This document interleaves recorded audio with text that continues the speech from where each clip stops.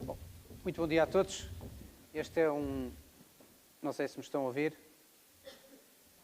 Bom, muito bom dia a todos. Eu quero agradecer ao Rui Marques o convite que uma vez mais me fez para estar neste fórum, neste incrível fórum que tem ano para ano tem mais gente, embora ele tenha inventado um formato que é sempre um pouco difícil para um Presidente de Câmara, quanto mais dois, quer dizer, falem sem moderador e falem pouco.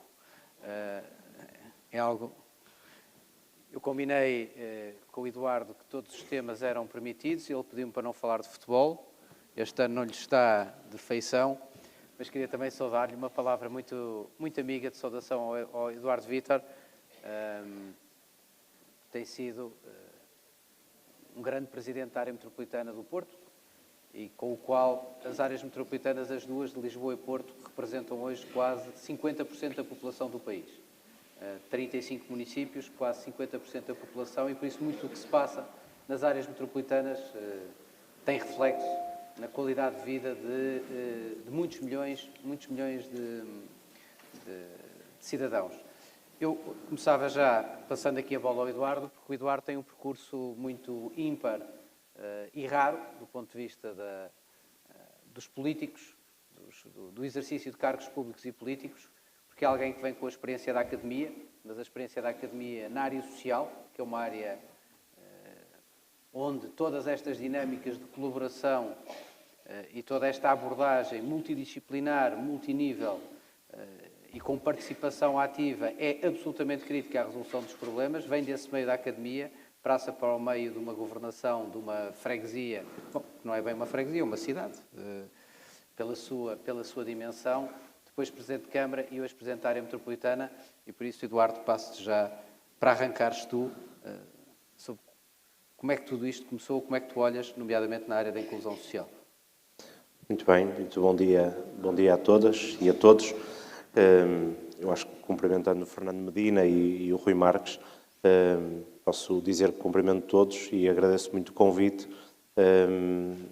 Temos em Gaia uma articulação forte com este processo, com este ano em concreto e com este processo em curso, e eu gostava de o estender, é para isso que servem os exemplos, o mais possível, numa lógica de réplica a quem o quiser abraçar, e eu acho que, aliás, depois de ouvir o Frank a falar sobre os políticos, eu acho que temos mesmo essa obrigação de fazer o que podemos para contrariar a visão mais pessimista que existe sobre os políticos, sobretudo quando os políticos têm uma área de intervenção muito localizada, muito territorializada. Por isso é um gosto estar aqui, muitos parabéns, muito obrigado, e continuem, que este ano não seja que não estejamos perante uma efeméride, mas sim um processo longo, e que o ano da colaboração seja apenas o pontapé de partida para um processo longo e profícuo para todos. Eu dizia muitas vezes aos meus alunos, dava uma cadeira que tinha a particularidade de ser assim relativamente generalista para os alunos de Sociologia já do segundo ano, que era Sociologia do Desenvolvimento e que depois afunilava em termos teóricos e conceituais no terceiro ano e depois no mestrado, e começava por lhes dizer uma coisa que hoje me parece, por um lado, óbvia, mas por outro lado importante sublinhar, porque vivemos um processo de alguma afirmação ideológica da disputa entre o mercado e o Estado, e a verdade é que no caso português nós temos uma tradição que é, e a meu ver muito bem e deve ser fortalecida, uma tradição a três, aquilo que alguns chamam o welfare mix, que é um bocadinho mais desenvolvido do ponto de vista das redes do que o tradicional welfare state, posto do outro lado da balança relativamente ao mercado. E o caso português é um caso particular que ajuda talvez a explicar porque é que tivemos tantas almofadas no tempo da crise, 2008, 2009 em diante, porque é que tivemos tantas almofadas e não sentimos tanto o impacto da crise, pelo menos na vida direta das pessoas, não tanto como noutros países, onde a falência do Estado significou apenas a alternativa do mercado ou pouco mais.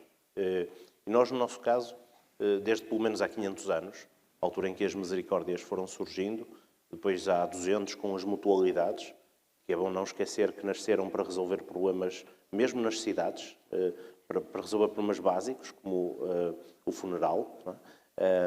Ainda hoje, em muitos sítios, se paga a mensalidade às mutualidades com a expectativa de ter o subsídio de funeral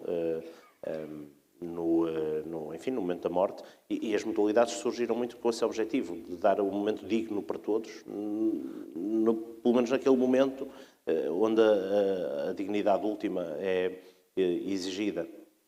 Evoluíram depois para uma intervenção na saúde que faz com que hoje algumas das mutualidades tenham as melhores clínicas da economia social que nós temos no país.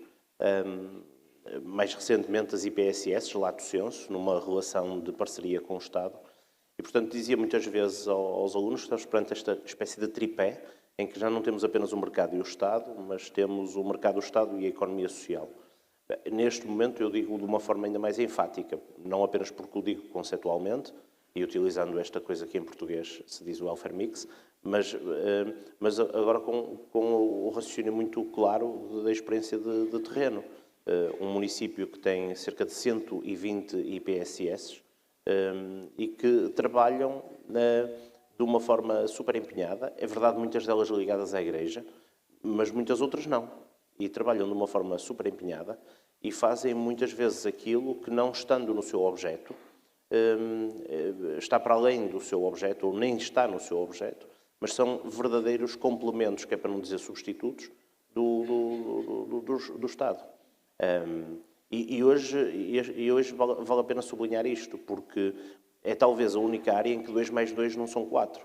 2 mais 2 são 5, ou são 6, porque é daquela rede, que é uma palavra, rede social, é uma palavra que já está conceptualizada na legislação, em bom tempo, mas às vezes perde-se, e fruto de alguns debates ideológicos mais ou menos atuais, o papel da economia social vai-se perdendo ou vai-se ganhando em circunstâncias políticas muito concretas.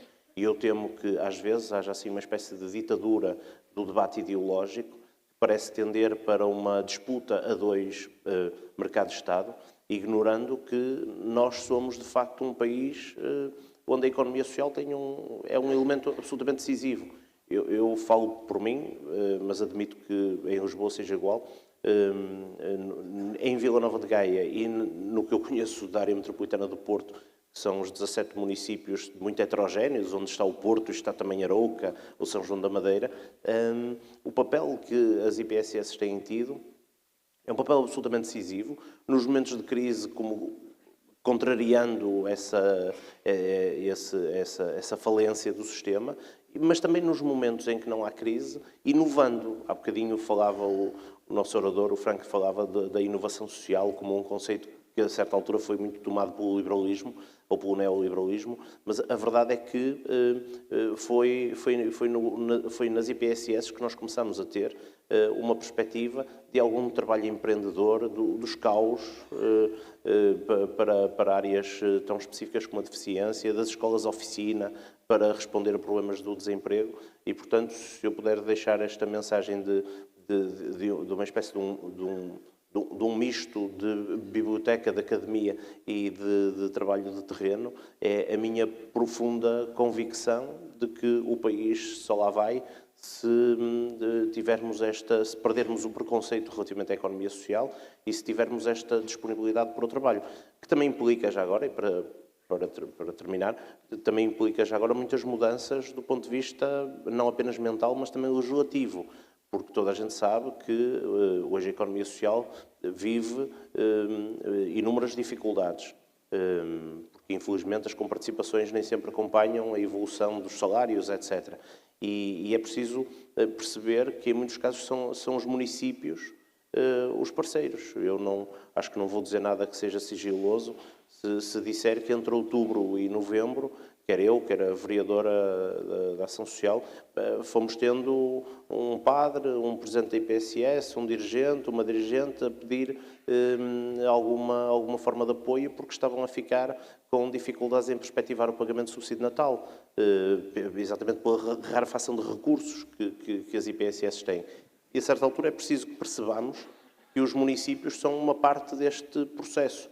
E, portanto, coisas como duplos financiamentos, que às vezes atormentam as instituições, não fazem sentido nenhum, porque o Estado sozinho não consegue financiar integralmente este tipo de instituições. E, portanto, ou nós assumimos que trabalhamos todos em rede e que, dando as mãos, estamos de facto a trabalhar em rede, ou então vimos a estes fóruns dizer coisas muito agradáveis, muito bonitas, mas depois na prática, na realidade, cada um trata do seu quintal e estabelece a sua área de intervenção e, na verdade, lá se vai a hipótese do 2 mais 2 ser 5.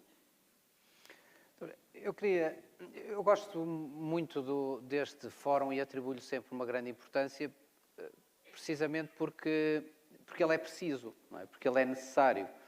E talvez a posição que eu hoje ocupe me mostre, como nenhuma outra, a importância do conceito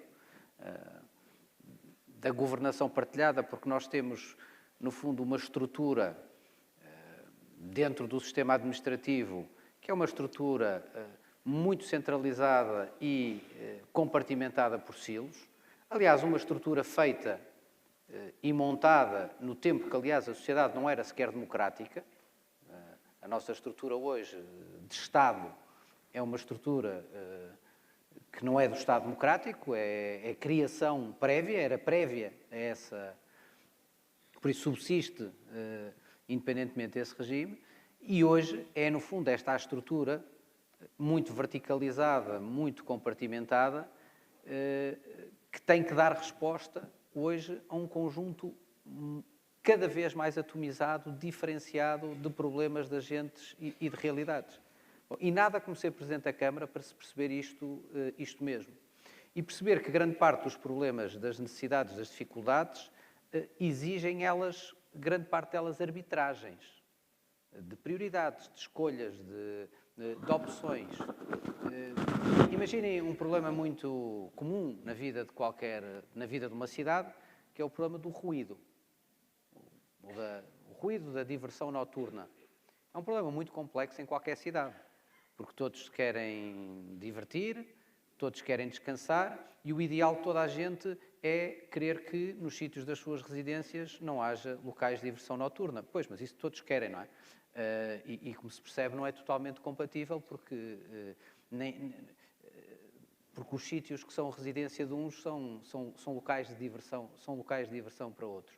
E quando nós multiplicamos todos os problemas da cidade, bom, vamos a problemas de enorme complexidade, como o problema das pessoas em situação de sem-abrigo, vamos hoje para os problemas das exclusões da cidade, que são problemas cada vez mais atomizados, são cada vez mais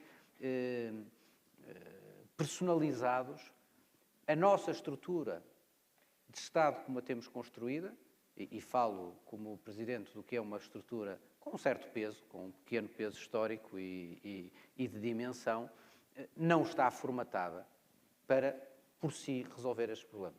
Nós temos uma máquina que, do ponto de vista da estrutura, nós somos bons a resolver problemas relativamente conhecidos e que tenham uma solução bastante padronizada. Isto é o que nós somos bons a fazer. Nos sítios em que somos bons, mas é isto que uma grande estrutura burocrática sabe fazer, é resolver problemas conhecidos de forma igual. Pronto, por isso vai padronizando as respostas, saem regras, saem regulamentos, saem leis, sai o que sair e no fundo a resposta é padronizada. O que é que nós não conseguimos resolver bem? É resolver problemas que são multidisciplinares e que são problemas diferentes, pessoa para pessoa, de grupo para grupo. E é por isso que este conceito é um conceito tão rico e cada vez mais importante, que nos apela não só à obrigação, como aqui o Eduardo falou, deste trabalho, do trabalho em rede e do trabalho com as instituições, e aqui as instituições da economia social têm um papel crítico, mas exige, sobretudo, cada vez mais uma nova visão também democrática e participativa relativamente à resolução dos problemas. E hoje, na cidade de Lisboa, isso é algo muito claro. O desenvolvimento da cidade está a trazer mais exigência do ponto de vista da participação das pessoas que querem participar, querem ser voz, e por isso já não é só o objetivo, já não é só o resultado final da ação que interessa, é o processo da chegada ao resultado de uma determinada ação. E isso é algo que é da maior importância na governação de uma cidade, mas que é algo muito difícil de integrar dentro do que é o funcionamento normal das nossas máquinas e das nossas casas e das nossas instituições, e por isso é um desafio a vencer. Nos últimos anos, creio que muitas medidas foram tomadas, por isso, nos processos formais foram integrados momentos de participação, de auscultação, etc, etc. Nos últimos anos também se criaram instrumentos novos, do tipo orçamentos participativos, mas eu acho que nós estamos numa fase que vamos precisar de novas respostas, porque essas já não são suficientes. As pessoas, numa cidade, querem participar da sua vida, querem intervir, e nós temos que encontrar estas fórmulas, que obviamente começa por uma questão de atitude da liderança, porque se a liderança não acreditar de que a forma de governação deve ser este o caminho, naturalmente também não estará predisposta a fazer as cedências de poder que o modelo da governação participada exige. Mas eu queria aproveitar aqui a presença do Eduardo para podermos também falar aqui um pouco, de forma muito rápida, sobre o que tem sido um processo único também de colaboração à escala municipal e metropolitana, como o nosso país não teve nas últimas décadas, que resultou no passo único metropolitano em matéria de transportes.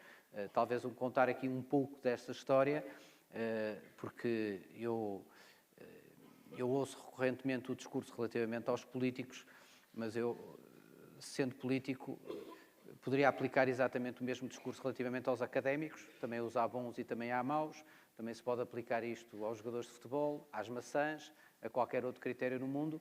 É evidente que os políticos têm uma responsabilidade maior porque são eleitos, mas era bom talvez conhecermos um pouco desta história, que acho que é uma história que dignifica e que exigiu um nível, aliás, de colaboração único, não só entre autarcas, entre áreas metropolitanas e depois também entre autarcas, áreas metropolitanas e o Governo, para se chegar a um resultado que, aliás, estava inscrito, tive a oportunidade de rever, no caso da cidade de Lisboa, este objetivo estava inscrito, pelo menos, desde os tempos do primeiro plano estratégico do Dr. Jorge Sampaio, que fez 30 anos, e foram precisos 30 anos para se concretizar essa medida. Mas, Eduardo, passo-te a palavra só para dar um pouco a conhecer, porque talvez no caso concreto se perceba um pouco melhor como é que a diferença de atitude pode providenciar um bom resultado. Não, isto é muito verdade. E só não parece ser muito verdade porque está feito, ou seja, a certa altura, as agruras que se passam, que cada um passa quando avançamos para um projeto relativamente inovador, mas não seja inovador no modelo de organização e de parceria, tudo fica difícil e eu admito que o ponto de partida seja muito complexo, mas tudo fica relativamente simples quando acontece, porque parece que sempre foi assim. E eu acho que hoje estamos ainda nem um ano, o passo único ainda nem um ano fez, fará no dia 1 de Abril, até por isso as coisas começaram com alguma piada, porque diziam que se é para começar no dia 1 de Abril não vai começar, e portanto passamos por esses momentos todos, mas a verdade é que ainda nem um ano envolvido e duas coisas acontecem. Parece que sempre foi assim e depois parece que aquilo foi feito por todos, menos pelos atores em questão. Eu às vezes passava lá na terra e via os outdoors, nós conseguimos, e outro, nós fizemos. Afinal, eu devo ter andado mesmo distraído. Isso é o maior elogio à medida, aliás. Exatamente, devo andar distraído. Mas é bom que se diga que é talvez os momentos mais extraordinários. Não havia, e é bom fazer este histórico, não havia muito que justificasse a presença das áreas metropolitanas como organização, como instituição. Elas eram, entre aspas, naturais, porque são as duas bolhas demográficas mais evidentes que nós temos, mas do ponto de vista institucional era pouco mais do que zonas de representação e organizações de gestão do quadro comunitário, não é?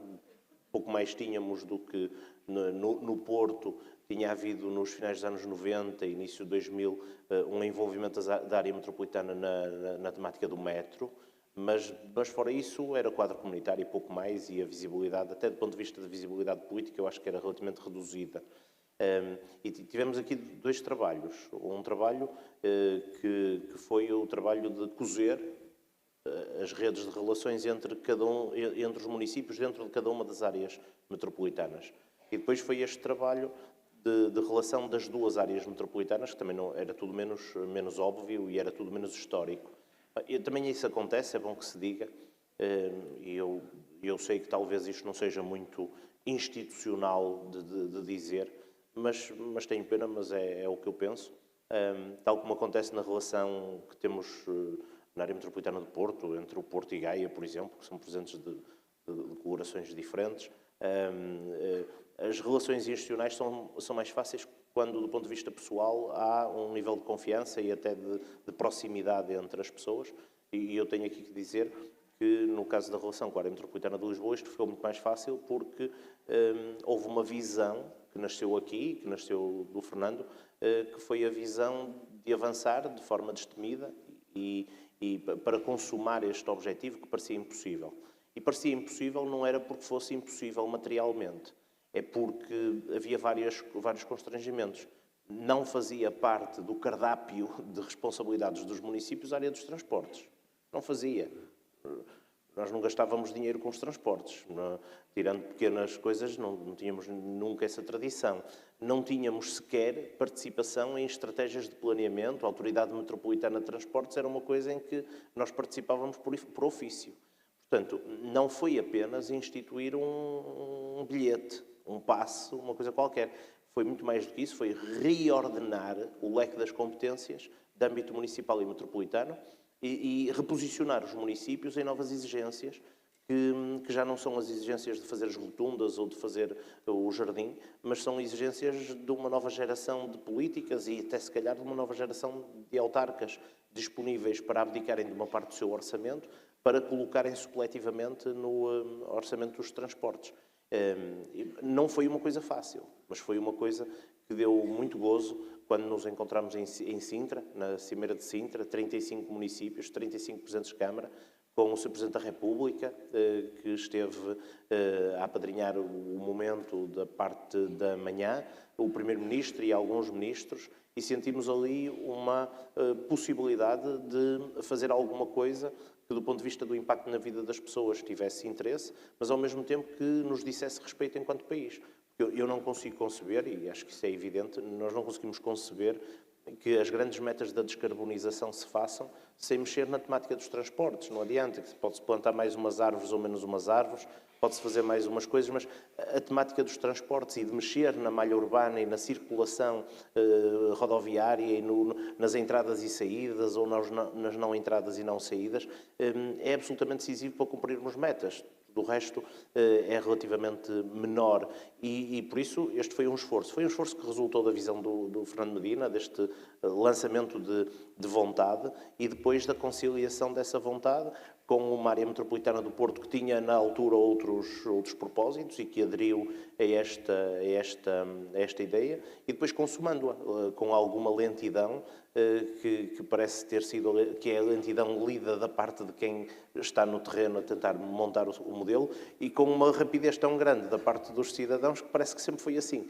E por isso eu acho que também demos aqui um exemplo de que, para além de pregarmos a colaboração, a fizemos de facto e agora novas portas se abrem, porque agora novos desafios são postos, porque verdadeiramente correu bem aquela etapa. Isto também significou músculo para os municípios, não é? Significou novas políticas de transporte, significa é mais do que um passe, é mais do que um passe único, é um passe, é um livre passe para novos desafios que os municípios estão a... Eu acho que daqui a 10 ou 15 anos vai-se olhar para este momento, mais do que o momento em que se criou o passe, que isso já é quase prosaico, mas o momento em que os municípios deram um salto de um modelo de municipalismo para um renovado modelo de municipalismo mais fortalecido, e isso tem que dizer, parte daqui, parte do trabalho que foi aqui feito na Câmara de Lisboa em concreto e na área metropolitana de Lisboa, e a que nós nos associámos nesta expectativa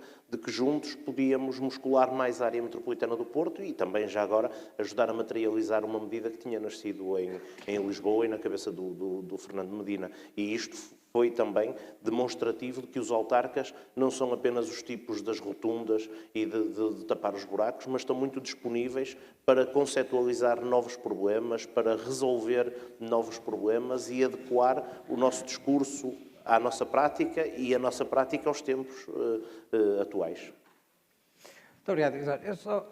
Eu acho que este tema terá interesse, aliás, do ponto de vista do tema que hoje aqui nos junta a todos, do ponto de vista da governação, que é percebermos porque é que demorou tanto tempo a fazer-se uma coisa que tantos países têm há tanto tempo. E a questão-chave é mesmo a questão da governação. E o que é talvez notável é que perceber que quando isto esteve tudo sob a alçada do Estado Central, quando era uma só entidade a mandar, e aqui não tem nada a ver, todos os governos de todas as cores que lá estiveram, não houve esta capacidade de fazer, e porque é que agora se conseguiu? E esta talvez é a história mais gira de tudo isto. Em primeiro lugar, havia o óbvio reconhecimento de todos de que nenhum de nós sozinhos consegue responder ao problema da mobilidade. O desafio da mobilidade é impossível de ser resolvido a uma escala municipal. E creio eu que todos têm essa noção, os presidentes de Câmara tinham todos essa noção.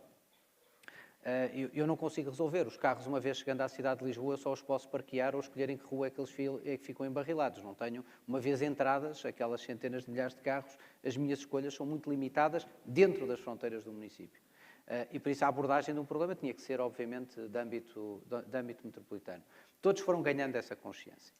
E depois foi uma questão de criação, como o Eduardo disse, num grande espírito de confiança, porque se juntaram 35 municípios de todas as cores políticas que têm presença municipal, por isso cobrindo todo o espectro partidário, que foram capazes de definir uma agenda comum, com o estudo e com a capacidade de interlocução, e de chegar a uma administração central e dizer: nós temos esta ideia. Nós temos um problema de descarbonização, nós temos um problema de mobilidade, nós temos um problema social e nós temos aqui uma proposta e uma resposta construída em conjunto. E construída em conjunto com uma força, que foi uma força muito grande, que é a força de 35 municípios que representam quase metade da população portuguesa e de todo o espectro político, porque falamos na área metropolitana de Lisboa, em que há câmaras presididas pelo Partido Socialista, pelo PCP e pelo Partido Social Democrata, com os dois primeiros com a larga maioria das câmaras da área metropolitana. No Porto a situação não é parecida do ponto de vista da sua diversidade, e foi possível estabelecer esta unanimidade. Isto, de facto, é um processo talvez... E como é que, não partindo logo à cabeça de uma decisão central, gera-se este processo? Houve claramente a consciência desde o início de que esta medida, para poder vingar, era uma medida que tinha que ser uma medida de âmbito nacional. Isso foi uma questão que nós colocamos desde logo ao Governo, e o Governo, obviamente, que nunca a faria se assim não fosse, e foi possível encontrar também no tempo certo essa resposta. Eu acho que este é um caso particularmente interessante, porque normalmente os autarcas são acusados de terem uma visão municipal, que fica nas suas fronteiras, cada um trata da sua, trata dos seus investimentos, não dialoga com o do lado, e aqui houve a capacidade de fazer não só esse diálogo de âmbito metropolitano, e o Eduardo sabe tão bem como eu, ou eu sei até que ele ainda sofre mais do que eu, que o quanto isso é difícil dentro de cada área metropolitana, por isso agregar sensibilidades tão diferentes, políticas, de espaços, porque as realidades são muito diferentes e as perspectivas também, mas não só agrupar dentro de cada área metropolitana, depois agregar as áreas metropolitanas e depois agregá-las também com o Governo. Conseguiu-se assim resolver um problema que, a partir de uma administração central e a partir de um Estado central com os poderes todos, que durante algumas décadas esteve nesta matéria, não se conseguiu resolver. Porque várias experiências houve. Houve a experiência das autoridades metropolitanas de transportes, tinha havido múltiplas experiências de fusão até das companhias de transportes, dos diversos operadores, de criação de agrupamentos de empresas. A verdade é que nós não tínhamos esta coisa tão simples, que é alguém que mora em Alcochete poder escolher livremente o seu meio de transporte para poder chegar a Lisboa, para ir a Mafra, para ir a Sintra, para fazer o que quiser de forma cómoda, simples, sem ter que estar a usar 20 títulos diferentes ou até condicionando o meio de transporte em função do preço, que era uma coisa que nós tínhamos muito aqui na área metropolitana. As pessoas, por exemplo, não usavam o comboio que passava à ponte, porque como não estava dentro do passe era muito mais caro e por isso a pessoa tinha que usar, isto é, escolhia o meio de transporte não em função do que lhe era cómodo, mas em função do sistema tarifário, o que é um absurdo. E a forma como este processo se resolveu é um extraordinário exemplo de como a cooperação foi pela cooperação e não pela hierarquia, porque nós somos todos iguais, do ponto de vista dos nossos poderes, das nossas legitimidades, se estabeleceram as alianças para concretizar um objetivo. E por isso eu quero agradecer, está aqui, vocês não estão a ver, mas nós temos aqui um ecrã que diz que temos 10 segundos, por isso estamos a acabar. Foi o melhor instrumento para gerir este tempo.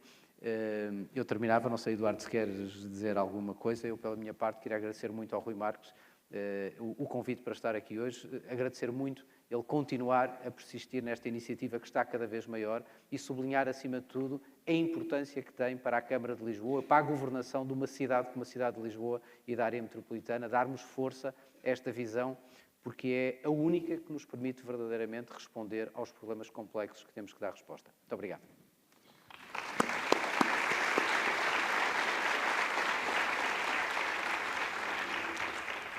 Pois, e em bom rigor, para que seja o Fernando Medina a terminar, ele que é o anfitrião, um obrigado pelo convite, venho cá com muito gosto, continuem. Eu, olhando para esta sala, sou capaz de verificar a existência aqui de muitos jovens.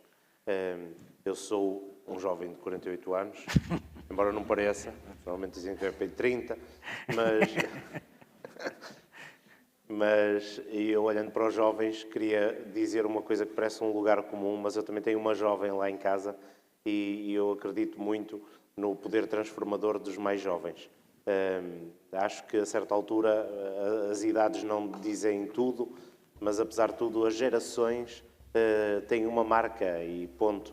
E eu acho que os mais jovens hoje, por muito que nós tentemos adequar o diálogo e o discurso e os conceitos, apesar de tudo, os mais jovens hoje sentem a premência de um conjunto de novas problemáticas e é muito interessante ver como esta motivação, no tempo da globalização e em que se fala tanto do individualismo, da atomização social, se percebe que são os jovens a dar este passo colaborativo e de cooperação, ainda que impulsionados por uma figura maior que nós temos na nossa sociedade, que é o Rui Marques, e que vive aquele processo que vive, se calhar, o Mosteiro dos Jerónimos ou a Torre dos Clérigos, que é aquele processo que é tão nosso e faz tanto parte do nosso dia-a-dia, que nós desvalorizamos. Nós temos este problema, não sei se como portugueses, se como seres humanos, temos este problema de que aquilo que é nosso e que está próximo, mesmo que é extraordinário, é desvalorizado porque é nosso. Nós só sentimos falta do que não temos ou só sentimos falta do que perdemos. E o Rui Marques faz parte daquele conjunto de coisas absolutamente extraordinárias que nós temos e que só não valorizamos suficientemente porque está sempre ali e está ao alcance de nós cá valorizamos, enfim, não, acho que não suficientemente. E por isso eu queria dar-lhe aqui um grande abraço e desejar que esta sessão tenha sido suficientemente produtiva para ajudar a que cada um dê as mãos e faça deste trabalho um trabalho em que se nega a matemática, por isso em que 2 mais 2 pode ser 5 ou 6 sem problema nenhum. Parabéns e obrigado.